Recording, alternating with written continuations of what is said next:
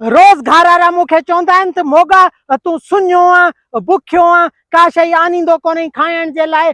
यार अॼु मां वरितियूं आहिनि बोतलां चिप्सां घर वारनि खे खाराईंदुमि न त उन्हनि जी बि दिलि ख़ुशि थींदी मुंहिंजी बि दिलि ठरी पवंदी।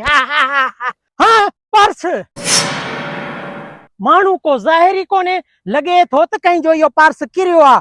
मोगा तो जे नसीब में आहे अॼु इहो पर्स खण।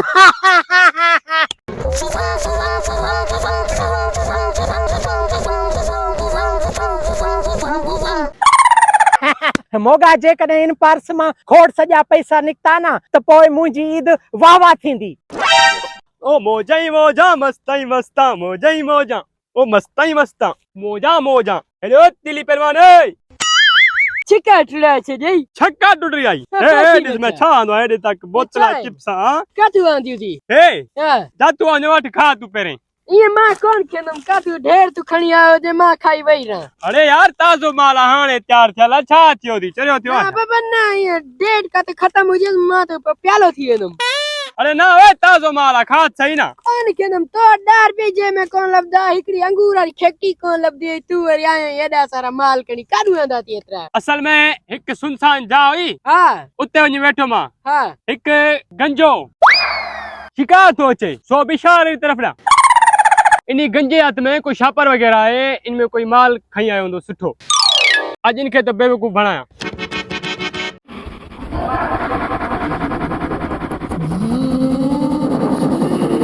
अच्छा इया गाला हाँ इया गाल आ अॼुकल्ह मुंहिंजे मथे में तूफानी एॾा घुमदा था वतन यार पो मां जे भी अठे नी दिमाग में एकड़ो गरिया लेडियो घुमदो वदो आ वरी केड़ो वो इयो त हे खायू पियू कोन था। हां अच्छा हे हली पान सामान हली 8-9 डी गडायूं ता पो हली बसन रे अडे ते वनी मांडली खोले वही रांदा से पो ईद भी मत ईंदी पे लाजवाब पाई रोजी थी मांजे पेट में कुत्ता भौंकदा पेन तो के गिद्दज लगी पया। हां अम्मा आई अब्बा हे पर्स खाली आ लगे थो त कहीं जो पुराणो थी वियो आहे कहीं सटे छॾियो आहे। मोगा तूं काथे हरू भरू मगज़ मारी थो करे मां बि रस्ते जा गंद थो ॿुहारां सुठो नथो करां चरियो थींदो वेंदो आहे छा। हिन पर्स में कुझु न रखियो छॾ मोगा वज़नी छो थी वियो चिप्स मुंहिंजी वज़नी छो आहे। अरे हे छा बोतलां काॾे वियूं चिप्सां काॾे वियूं लुटजी न वियो मां त बर्बाद थी वियुमि मोगा। ॾींहुं ॾिठे जो पधर ते मुंहिंजा आइटम गुम थी विया हाणे घर वारनि खे छा मुंहुं ॾींदुमि मोगे जी मार ख़बर अचे।